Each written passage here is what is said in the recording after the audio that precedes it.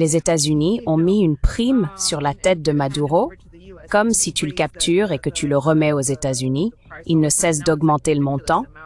Comment présenterais-tu la situation actuelle de la position des États-Unis vis-à-vis du Venezuela, avec leurs navires de guerre stationnés devant ses côtes et tirant sur des gens, tuant des civils au large du Venezuela? Ces derniers jours, le Venezuela est redevenu un point chaud mondial. Déploiements militaires américains, pressions économiques renforcées, menaces ouvertes contre le pouvoir en place. Officiellement, Washington parle de drogue, de démocratie, de sécurité. Mais quand des navires de guerre opèrent au large d'un État souverain, ce n'est plus de la diplomatie. Ce que vous allez voir n'est pas une crise isolée, c'est une méthode, une stratégie déjà utilisée ailleurs et qui pourrait être utilisée de nouveau. Le Venezuela n'est peut-être pas la cible finale, mais il est le signal. Pour comprendre ce qui se joue réellement aujourd'hui entre les États-Unis et le Venezuela, il faut regarder ce qui se passe en mer et surtout ce que personne ne montre. Eh bien, je dirais que le prix Nobel de la paix est tombé à point nommé, non? Pour les États-Unis, je veux dire. C'est, tu sais, la meilleure chose qui pouvait arriver. Imagine s'ils l'avaient donné à Trump, il y aurait des manifestations partout. Mais là, ils l'ont donné à la personne qui veut placer au pouvoir au Venezuela, à savoir María Corina Machado, une politicienne d'un parti d'extrême droite qui ne peut pas accéder au pouvoir par elle-même. Elle s'y essaie depuis des décennies. Elle ne peut pas gagner une élection, elle ne peut pas unir l'opposition, elle ne peut même pas réussir un coup d'État militaire dans son propre pays, encore moins une révolution, quelle qu'elle soit.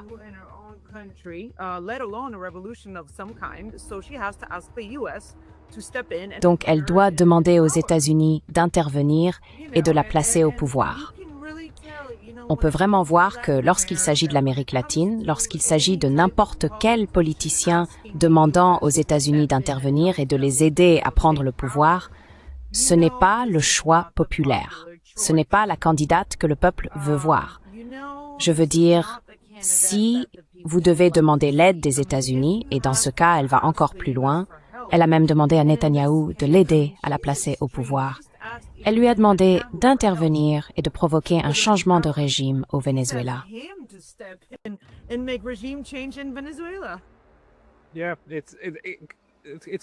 Oui, c'est assez ridicule.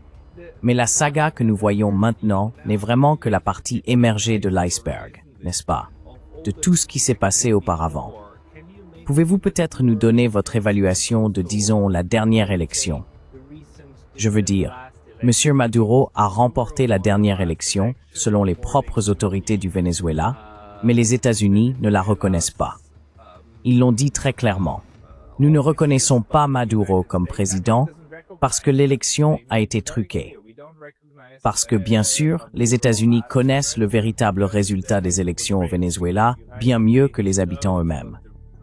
Pouvez-vous replacer cela un peu dans son contexte?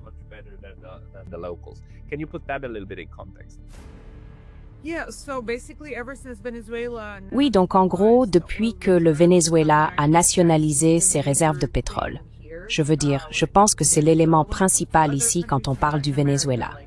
Avec d'autres pays d'Amérique latine comme Cuba, par exemple, les États-Unis veulent évidemment aussi y changer le gouvernement, mais pour des raisons différentes. Ce n'est pas une question de ressources, c'est davantage lié à la défiance envers l'impérialisme américain que représente Cuba. En ce qui concerne le Venezuela, les intérêts sont beaucoup plus matériels. Tout se résume vraiment aux enjeux énormes que les États-Unis y ont. Donc en gros, la politique américaine envers le Venezuela est liée à deux compagnies pétrolières différentes.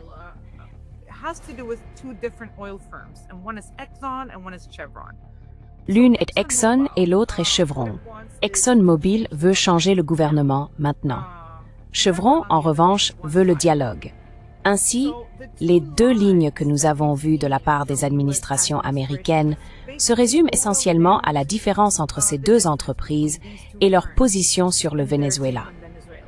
Exxon a adopté une politique vraiment militante envers le Venezuela, finançant des groupes de réflexion dans tout le pays pour promouvoir un changement de régime et imposer des sanctions massives au pays. Et cela a porté ses fruits.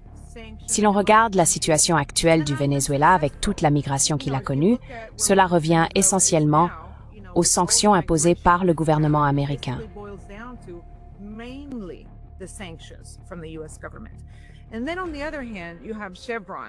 Et puis d'un autre côté, il y a Chevron, qui préfère le dialogue et dont certains disent qu'elle finance ses propres groupes de réflexion.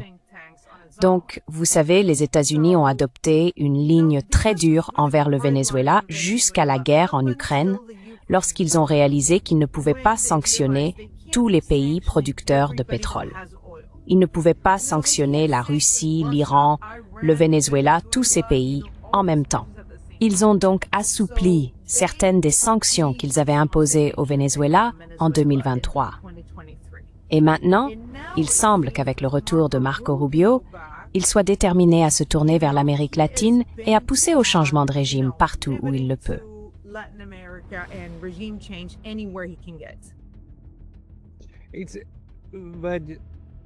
Mais pensez-vous que c'est Joe Biden qui a freiné toute cette affaire? Ou bien était-ce, comme vous l'avez dit, la nécessité de disposer d'un peu plus de ressources pétrolières disponibles à l'échelle mondiale? Parce que le but, c'est aussi le prix. On ne voudrait pas que les prix chutent trop. Mais en même temps, le pétrole du Venezuela est sous sanction, n'est-ce pas? Des navires de guerre américains tirent sur des bateaux de pêche. Des civils meurent au large du Venezuela. Officiellement, c'est la guerre contre la drogue. En réalité, c'est une stratégie de changement de régime. Et ce qui se joue aujourd'hui au Venezuela concerne toute l'Amérique latine. Ce n'est pas une bavure, c'est un changement de méthode. Les États-Unis n'annoncent plus d'invasion. Ils imposent une pression militaire permanente sans déclaration officielle. Quand un candidat doit demander l'aide d'une puissance étrangère, il n'est pas populaire. María Corina Machado n'est pas une alternative démocratique, c'est un levier. Tout commence en 2007. Nationalisation du pétrole, 2 entreprises américaines, 2 stratégies, Chevron, dialogue, ExxonMobil, changement de régime. Les sanctions ne visent pas un gouvernement, elles visent une société. Migration, inflation, effondrement, ce n'est pas un accident. 2019, Juan Guaidó, inconnu dans son propre pays, reconnu président par Washington. Résultat, un fiasco total. Aujourd'hui, nouveau prétexte, la drogue. Mais le Venezuela n'est pas un hub majeur. Le fentanyl ne vient pas du Venezuela. Suivez l'entièreté de l'entretien. Je veux dire, ils ne peuvent pas exporter une grande partie de leur production. Ou bien si.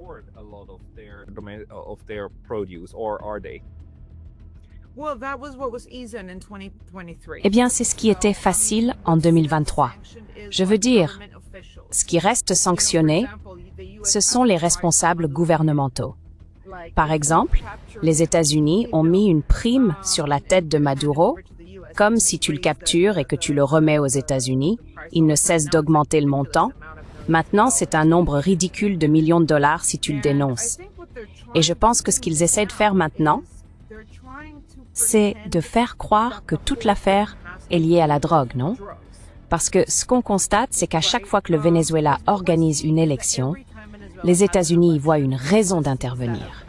Donc, après l'élection de 2018, ils ont essayé avec cette histoire de Guaidó en 2019, n'est-ce pas?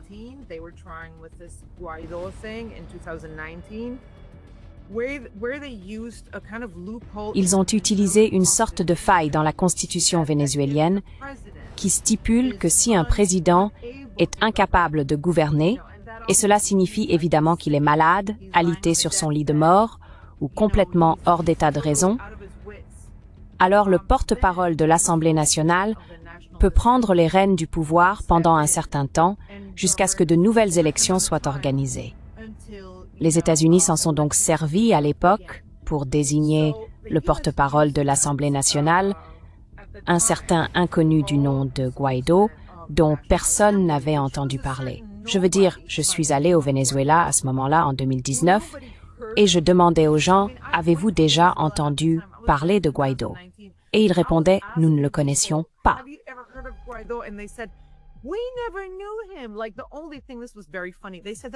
La seule chose, c'était très drôle, qu'il disait savoir sur ce type, c'est qu'il avait planqué son cul dans l'une de ses guarimbas, qui est une manifestation de droite, quand la classe supérieure sort pour protester. Or, la classe supérieure d'abord n'est pas très nombreuse, ensuite elle n'a pas beaucoup de temps, et enfin elle est un peu paresseuse. Donc elle paie souvent des gens pour aller manifester à sa place. Voilà. Ils organisaient donc ces guarimbas, qui sont en gros des émeutes de droite, une manifestation où l'on casse des choses, et en gros, ils espéraient que le gouvernement fasse intervenir l'armée pour pouvoir ensuite dire « Regardez, massacre les États-Unis, s'il vous plaît, aidez-nous ».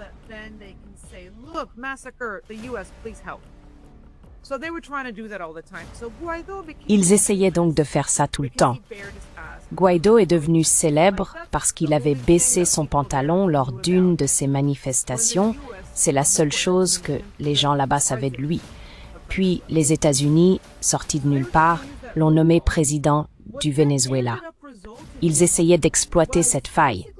Ce qui en a résulté, en gros, c'est que les États-Unis lui ont remis toutes sortes de ressources appartenant au Venezuela. Même la Banque d'Angleterre, où le Venezuela détient beaucoup d'or, a refusé de remettre cet or ou d'y donner accès au gouvernement vénézuélien. Apparemment, pour les États-Unis et pour l'Union européenne, Guaido était désormais le gouvernement du Venezuela, en pratique. Finalement, toute cette affaire n'a pas fonctionné, parce que Guaido s'intéressait davantage à faire le tour du monde, à apparaître en couverture de magazines avec sa femme et à fréquenter des gens qui n'étaient pas sérieux et qui ont essentiellement gaspillé tout l'argent qu'on lui avait donné.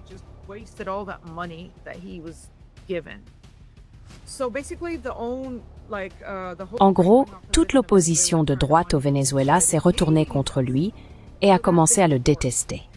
Donc ça n'a pas marché. Ensuite, ils ont essayé à nouveau avec Maria Corina Machado pour cette élection, ce qui n'a pas vraiment fonctionné non plus. Elle n'a pas pu se présenter. Alors ils ont trouvé quelqu'un d'autre, un vieux monsieur, un avocat, qui devait se présenter à sa place. Je pense que c'était un peu précipité et pas très bien ancré dans la population vénézuélienne.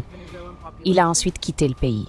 Donc cela a laissé les États-Unis un peu dans la position de se dire « Bon, que fait-on maintenant? On normalise ou on essaie autrement ?» Et c'est là qu'ils ont trouvé ce prétexte de la drogue. Maintenant, ce qu'ils font, c'est bombarder des bateaux de pêche venant de Colombie, de Trinité et Tobago, du Venezuela et de quiconque se trouve dans ces eaux.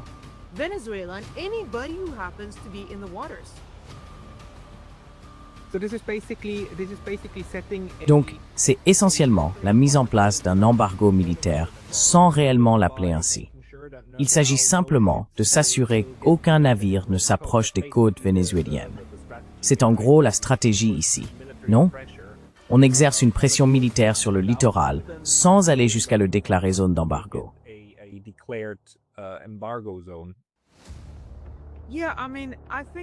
Oui, je veux dire, je pense que cette excuse à propos de la drogue doit être la pire qu'ils aient pu inventer. Je ne sais pas si quelqu'un dans le monde y croit, parce que tout d'abord, nous savons tous que le Venezuela n'est pas le principal exportateur de drogue en Amérique latine. Je veux dire, nous savons tous que c'est la Colombie. Et je veux dire, cela ne prend même pas en compte le fentanyl, qui est le plus grand problème des États-Unis. Le fentanyl ne vient même pas d'Amérique du Sud. Je veux dire, la plupart passent par le Mexique. Oui, depuis la Chine en passant par le Mexique, et c'est mélangé avec on ne sait quoi. Donc je veux dire, si c'était vraiment le cas, s'ils étaient vraiment inquiets, du genre « Oh mon Dieu, des drogues entrent dans le pays », alors ils feraient ce que fait n'importe quel pays normal, attendre que les bateaux arrivent, réellement les fouiller, confisquer ce qu'ils transportent et juger les personnes pour trafic de drogue devant un tribunal. Au lieu de cela, ce qu'ils font, c'est bombarder des pêcheurs ordinaires et détruire les soi-disant preuves. Parce que, enfin, si tu pensais vraiment qu'il s'agissait de drogue, est-ce que tu les bombarderais vraiment et détruirais les preuves?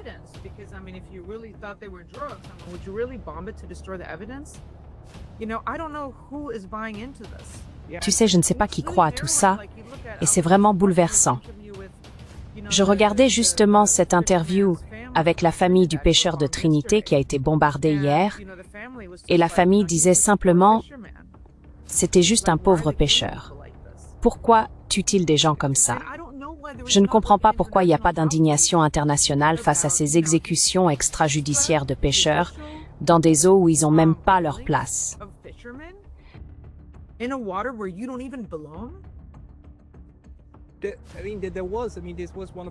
Je veux dire, c'était l'un des rares cas où les États-Unis ont été traînés devant le Conseil de sécurité. Je pense que c'est parce que les Russes ou les Chinois, ou peut-être les deux, ont en fait dit « nous devons en discuter ». Mais bien sûr, il n'y a pas eu de résultat, parce que le Conseil de sécurité, enfin les États-Unis, opposent leur veto à peu près à tout. Néanmoins, ils ont au moins réussi à imposer cette discussion. En plus, pour le moment, nous sommes encore en train de nous débattre avec la situation générale de l'autre côté. Donc celle-ci semble encore relativement modérée, non? Aussi horrible soit-elle. Mais la question que tout le monde se pose, c'est est-ce que toute cette escalade mène à la guerre, à un changement de régime par décapitation, comme la manière dont ils ont pratiquement anéanti toute forme de direction politique en Asie occidentale autour d'Israël? Vont-ils viser Maduro pour l'éliminer? En gros, selon toi, vers quoi tout cela se dirige-t-il? Eh bien, vous savez, qui peut le dire? Mais ce qui m'inquiète, c'est que les États-Unis viennent d'autoriser la CIA à mener des opérations sur le terrain au Venezuela. Qu'est-ce que ça signifie pour vous? Pensez-vous qu'il s'agit d'envoyer des troupes sur le terrain, comme activer réellement la CIA? C'est pas l'armée, c'est la CIA. Je veux dire, ils n'envoient pas de troupes. Ils envoient la CIA. Alors qui sait ce qu'ils peuvent bien faire là-bas? Mais bien sûr, oui, ils pourraient tuer des gens. Vous voyez, je pense que la politique des États-Unis en matière de changement de régime en Amérique latine a été assez différente de celle appliquée au Moyen-Orient. Au Moyen-Orient, c'est beaucoup plus brutal. Ils peuvent bombarder un pays jusqu'à le réduire en cendres, jusqu'en pétrir, comme ils le font actuellement en Palestine. Franchement, c'est les États-Unis qui paient pour ça. Ils ne veulent pas vraiment faire la même chose en Amérique latine, je pense, pour plusieurs raisons.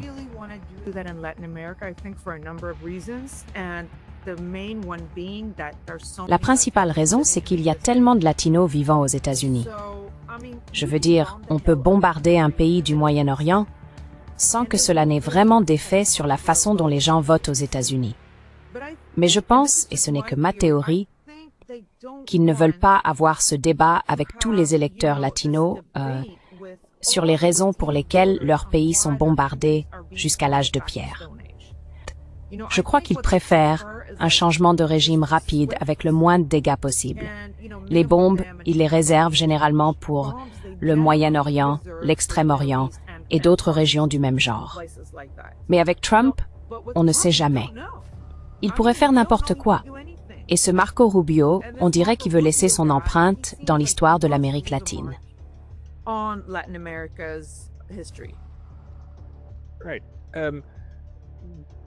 D'accord. Vous l'aviez vu venir?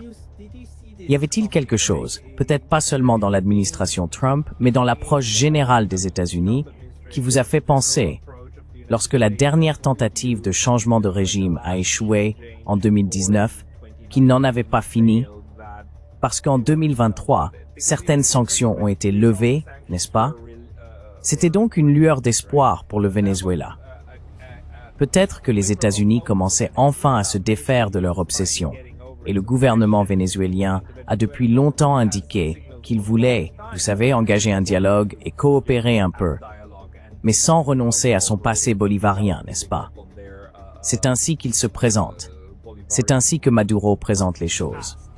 Y avait-il de l'espoir à ce moment-là, ou pensiez-vous que non, cela allait continuer?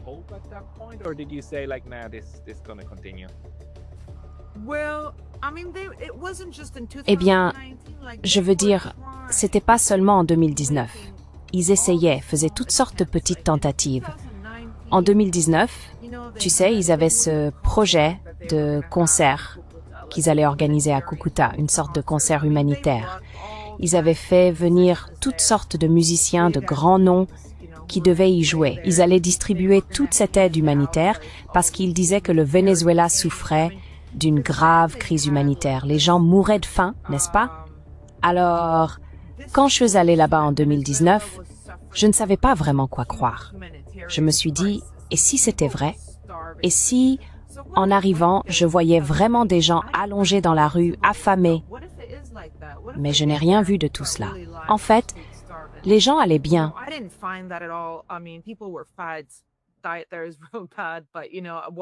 Le régime alimentaire là-bas était vraiment mauvais. Mais vous savez, le problème, c'était l'inflation. Une inflation galopante. Pourtant, ce n'était pas ce genre de crise humanitaire où les gens mouraient de faim, comme on le disait. Maintenant, ce concert a été un grand fiasco. Comme je l'ai dit, Guaido et ses alliés ont essentiellement dépensé l'argent dans les casinos, les prostituées et autres frivolités. Ensuite, ils avaient ce plan consistant à engager des sociétés privées et des tueurs à gages colombiens pour venir par bateau depuis la Colombie jusqu'à la côte vénézuélienne. De là, ils devaient monter dans des véhicules, rejoindre la capitale et, en gros, renverser Maduro. Cela n'a pas fonctionné. Et je veux dire, c'est un peu drôle. Si vous regardez les personnes que les États-Unis engagent dans n'importe quel pays d'Amérique latine pour organiser des coups d'État pour eux, ce sont très souvent des escrocs.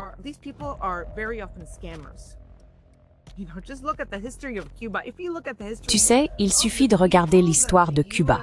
Si tu regardes les gens que les États-Unis ont engagés là-bas, beaucoup d'entre eux ne sont que des escrocs qui prennent l'argent américain. Et tu sais, ils s'en fichent complètement. Alors, ces types, quand ils étaient sur le bateau, ont tweeté à Donald Trump quelque chose comme « Nous voilà, nous arrivons, nous allons faire un coup d'État ». Bien sûr, quand ils sont arrivés au port, la police vénézuélienne les attendait, donc ça n'a pas marché. Ensuite, ils ont essayé quelque chose avec certains membres de l'opposition, comme Capriles et d'autres, en disant que ils allaient libérer le pays, qu'ils auraient plein de militaires qui feraient défection. Ça non plus, ça n'a pas fonctionné. Je crois qu'ils ont eu 5 personnes. Donc ils essaient depuis tout ce temps.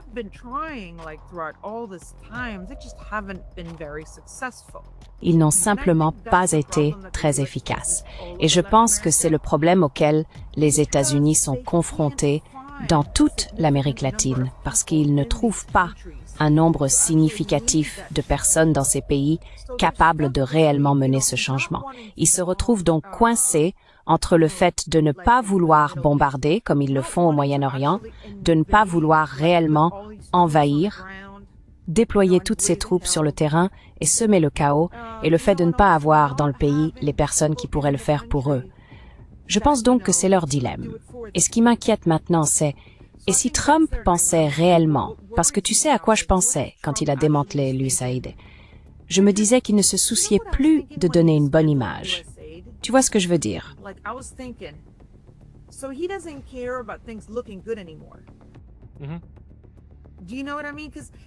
Oui, il n'essaie pas d'embellir la réalité. Le cochon lui va très bien comme ça. Oui, exactement. En gros, il se fiche que tu aies cette image de révolution colorée où l'on voit tous ces gens, des étudiants, manifester en disant « Nous voulons la démocratie ». Et en fait, tout cela a été financé. Maintenant, il ne va plus les payer, donc il s'en moque. Et ça m'inquiète.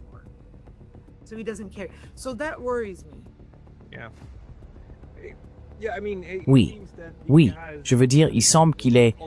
Non, c'est évident qu'il ait une approche très belliqueuse, non? Et il pense qu'être belliqueux est une bonne chose. Renommer le département de la défense en département de la guerre est une bonne chose. Mettre la marine devant le Venezuela et détruire tout ce qui se trouve à proximité est une bonne chose. Parce que la paix par la force, n'est-ce pas? Enfin, c'est ce qu'il dit. La rhétorique est assez claire. En même temps, il semble... Eh bien, j'avais cette question pourtant. Il voulait vraiment le prix Nobel de la paix, non?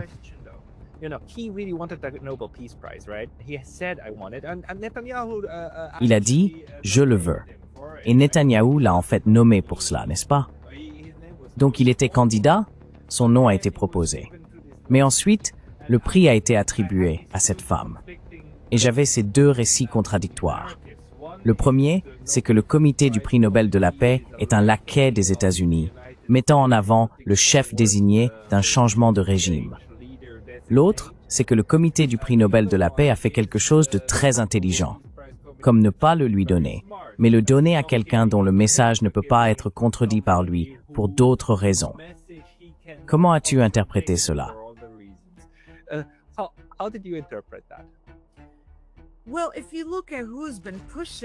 Eh bien, si tu regardes qui a fait pression pour qu'elle obtienne le prix Nobel de la paix, c'est Marco Rubio. Il a envoyé lettre après lettre au comité du prix Nobel de la paix en disant « Vous devez lui donner, vous devez le lui donner ». Alors, d'accord, pourquoi fait-il cela alors que son président veut le prix? Pourquoi ne dit-il pas « Donnez-le à Trump » ou « Donnez-le moi » Pourquoi envoie-t-il lettre après lettre en disant « Donnez-le à Maria Corina Machado ». Donc, est-ce que ce gouvernement, est-ce que l'administration Trump savait qu'il n'y avait aucune chance que Trump l'obtienne ou que ce serait en fait mauvais pour eux s'ils l'obtenaient? D'accord. Tu sais, peut-être que ce qu'ils espéraient vraiment, c'était qu'elle l'obtienne. Et elle a été tellement cordiale à ce sujet, genre quand elle l'a eu, elle a dit « Oui, mais tu sais quoi? C'est grâce à Donald Trump, qui a toujours été derrière nous. C'est presque comme si elle le lui rendait. »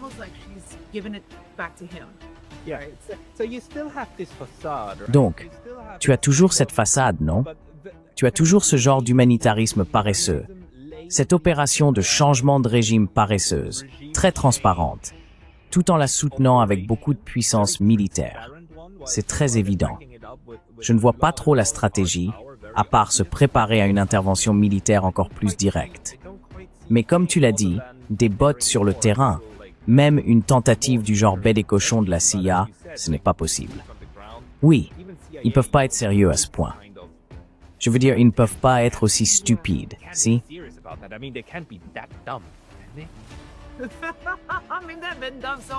Je veux dire, ils l'ont fait tellement de fois par le passé, mais parfois être idiot, c'est être malin. Tu ne sais jamais ce que tu peux risquer. Je veux dire, tu essaies, tu échoues. Et alors, tu vois, je pense juste que, quand il s'agit du prix Nobel de la paix, on peut voir que l'Europe et les États-Unis ont des rôles différents en ce moment dans l'impérialisme. Les États-Unis sont ceux qui font la guerre ou qui paient les va-t-en-guerre, tandis que l'Europe est celle qui essaie de justifier tout ça, comme expliquer pourquoi c'est bien, non?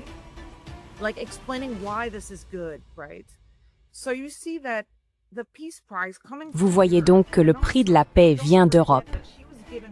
Et n'oubliez pas non plus qu'elle a reçu l'an dernier le prix Sakharov de l'Union européenne, décerné par le groupe politique de droite, le PPE du Parlement européen, le centre droit. Vous savez, tous ces partis conservateurs lui ont attribué ce prix Sakharov. Vous voyez donc que l'Europe participe à cette tentative de, comme vous le dites, maquiller la réalité. L'Europe s'emploie à expliquer pourquoi toutes ces guerres atroces, ces génocides et ces coups d'État militaires sont en réalité positifs et seraient censés avoir un lien avec la démocratie et les droits de l'homme. Peut-être que c'est là notre rôle dans toute cette affaire.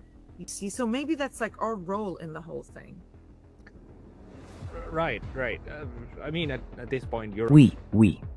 Je veux dire à ce stade, l'Europe n'est plus qu'un annexe, un satellite officiel. Je pense qu'en ce moment, l'Europe est davantage sous l'emprise des États-Unis que la Pologne ne l'a jamais été par l'URSS. C'est assez pathétique, mais cela remplit sa fonction. Mais la question est alors, faut-il aller jusqu'à une intervention militaire au Venezuela ou peut-on agir à un niveau inférieur?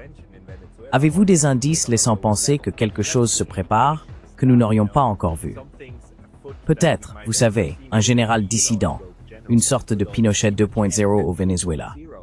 Y a-t-il quelqu'un à l'intérieur du Venezuela qui pourrait réellement servir de tremplin pour se débarrasser de Maduro, sans intervention militaire ou extérieure des États-Unis?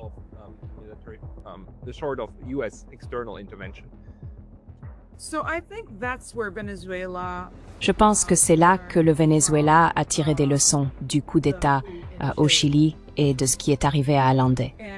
Et je pense que si l'on observe l'évolution en Amérique latine, il faut comprendre ce que l'assassinat d'Allende et le coup d'État militaire, dont Kissinger, soit dit en passant, était à l'origine, ont signifié. Un autre lauréat du prix Nobel de la paix. Vous savez, il se vantait, ce sont des documents intéressants qui ont été publiés il y a quelques années, que Kissinger disait, nous étions derrière tout cela, mais nous n'en recevrons jamais le mérite. Parce qu'ils étaient ceux qui voyaient réellement le danger.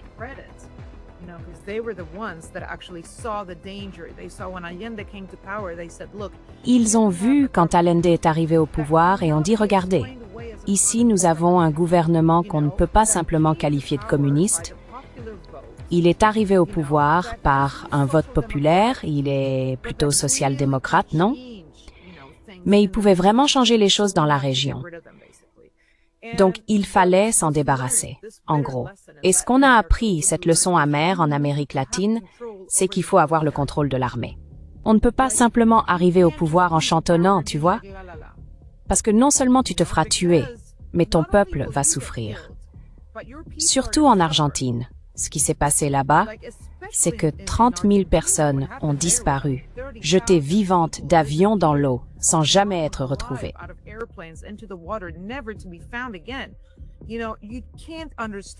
On ne peut pas comprendre ce qui se passe en Amérique latine sans comprendre ce qu'ils ont tiré de ces années-là.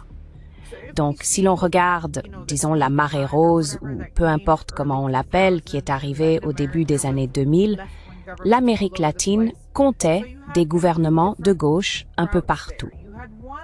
Et il y avait, en quelque sorte, deux voies différentes. Un groupe a simplement pris le pouvoir et a continué avec ce qu'on appelle la démocratie libérale. Ils n'ont pas pris le contrôle de l'armée, du système judiciaire, des universités ou des médias. Ils ont simplement laissé les choses en l'état. Et tous ces gouvernements, que ce soit par la guerre juridique, la guerre armée ou un coup d'État militaire, comme en Bolivie par exemple, ont été renversés d'une manière ou d'une autre.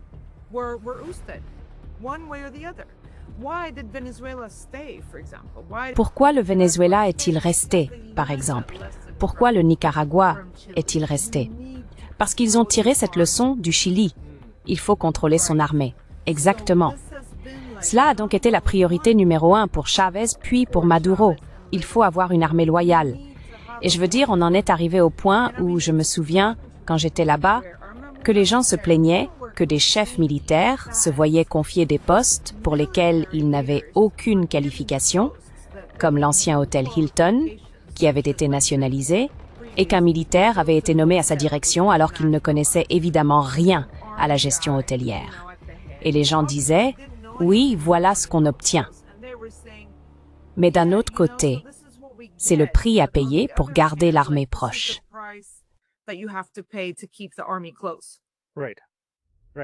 Oui, oui.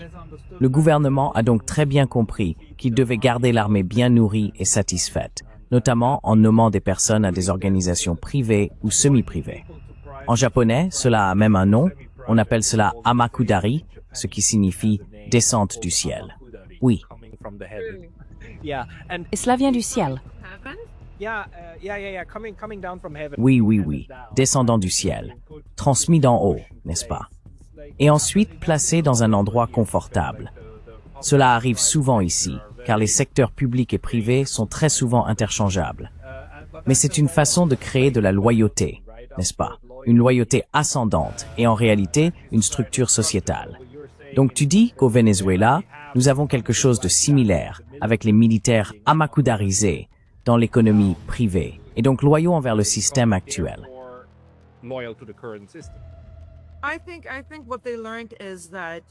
Je pense que ce qu'ils ont compris, c'est que, quel que soit le prix à payer, il faut garder l'armée près de soi.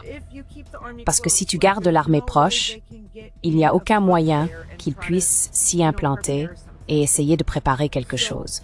Alors comment ferait-il s'ils n'utilisaient pas des éléments de l'armée vénézuélienne?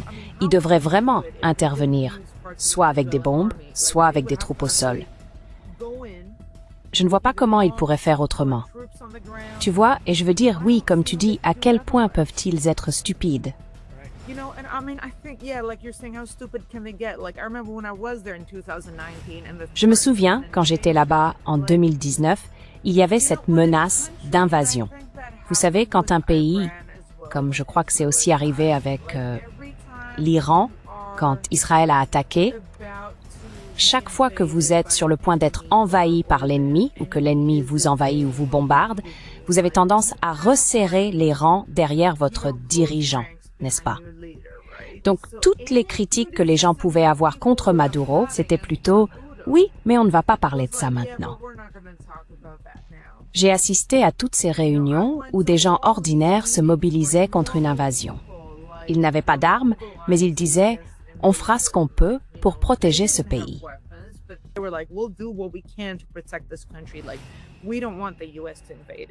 On ne veut pas que les États-Unis envahissent. S'il y a bien un sentiment fort en Amérique latine, c'est qu'on ne veut pas que les États-Unis envahissent, n'est-ce pas? Parce que ça n'a jamais rien donné de bon. Donc, si leur objectif est de pousser les gens à se soulever contre Maduro, ce qu'ils obtiennent en réalité en agissant ainsi, c'est exactement l'inverse. Et en plus, ils se mettent toute la région à dos. Par exemple, le président de Trinité et Tobago disait auparavant « Oui, vous pouvez éliminer tous les trafiquants de drogue de la région, on s'en fiche, allez-y, tuez-les. Oui, mais maintenant ce sont des gens de votre propre pays. »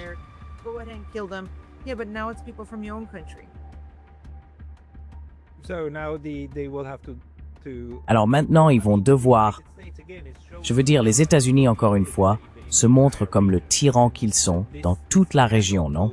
Et cela ne peut pas bien se passer. On voit déjà cette contre-réaction de la Colombie, qui, si j'étais la Colombie, je serais très inquiet d'être le prochain sur la liste, non? Parce que, comment s'appelle le président? Il s'est fait pas mal d'ennemis. Gustavo Petro. Donc, les États-Unis sont simplement en train de mettre en œuvre leur doctrine Monroe 2.0, hein?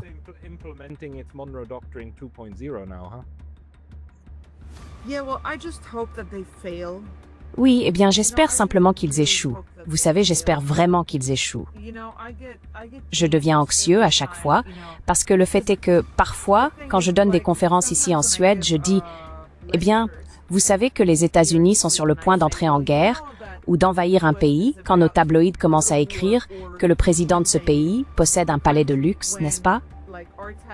Parce qu'à chaque fois, je ne sais pas si c'est pareil dans votre pays, mais à chaque fois qu'on lit Kadhafi a un palais de luxe, et souvent c'est secret avant, comme un palais de luxe secret, on sait, d'accord, ils sont sur le point d'envahir ce pays.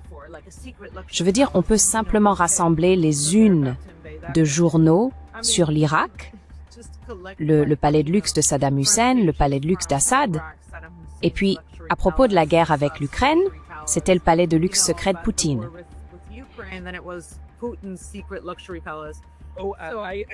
Oh, je me souviens. Je me souviens très clairement du palais luxueux de Yanukovych. Je me souviens du lendemain quand ils l'ont perquisitionné. Voilà le palais de luxe. Voilà le président. Allons donc. Chaque président a droit à un palais. Oui, bien sûr.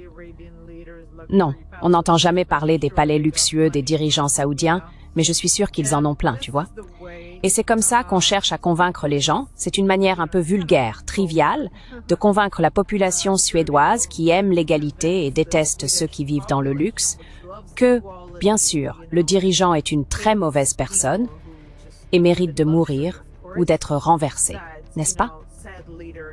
Parce qu'il a un palais luxueux. Voilà.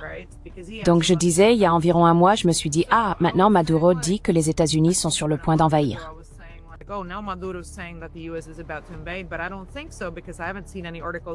Mais je ne pense pas parce que je n'ai vu aucun article sur son palais de luxe. En 2019, en revanche, on avait vu, tu sais, sa femme, et on disait qu'elle était tellement riche. Maintenant, avec le prix Nobel de la paix, je me suis dit, oh mon Dieu, ça recommence. Parce que soudainement, les médias sont remplis d'articles sur la terrible dictature qu'est le Venezuela, sur quelle grande dame est féministe, pourquoi, est Maria Corina Machado, et sur son, tu sais, courageux combat contre la tyrannie et la torture. Alors tu te dis d'accord, ils ont compris. Maintenant, j'ai peur. Think, okay, they got it. Now I'm scared. It's just, at this point, C'est juste que, tu sais, à ce stade, tout devient de plus en plus transparent. Du moins pour moi, je me demande sérieusement combien de temps cela peut encore fonctionner avec nos populations locales, parce qu'ils font ça encore et encore. Ils fabriquent ces figures de clones qu'ils élèvent de manière grotesque au rang de défenseurs des droits humains. C'est la même chose avec Navalny et sa femme, et avec cette prétendue dirigeante en Biélorussie. Cette femme. Ils répètent toujours le même schéma. Ils ont même essayé avec un certain succès, avec Milei, même si le type tenait une tronçonneuse à la main, mais ils ont réussi à requalifier la tronçonneuse en scie de la libération, ou quelque chose du genre. Ce que nous voyons aujourd'hui au Venezuela n'est ni une anomalie ni une exception, c'est un modèle. Quand un État refuse de s'aligner sur les intérêts stratégiques de Washington, il ne subit pas une invasion immédiate, il subit d'abord une asphyxie, sanctions économiques, isolement diplomatique, pression médiatique, puis, en dernier recours, pression militaire indirecte. Le Venezuela n'est pas en guerre avec les États-Unis, mais il vit sous une menace permanente. Et ce qui rend cette situation particulièrement dangereuse, c'est qu'elle se déroule loin des caméras, loin des déclarations officielles, loin des débats publics. Quand des bateaux de pêche sont bombardés, ce n'est pas un message envoyé aux trafiquants, c'est un message envoyé à un État. L'histoire nous a appris une chose, les grandes puissances ne répètent jamais exactement les mêmes erreurs, elles les adaptent. Le Venezuela est aujourd'hui un laboratoire de cette nouvelle méthode. Une guerre sans déclaration, une guerre sans image, une guerre sans responsabilité. Et si cette stratégie fonctionne ici, elle sera utilisée ailleurs. Le vrai danger n'est pas la guerre visible, c'est la guerre normalisée. La question n'est donc pas de savoir si le Venezuela va tomber. La vraie question est, qui sera le prochain ?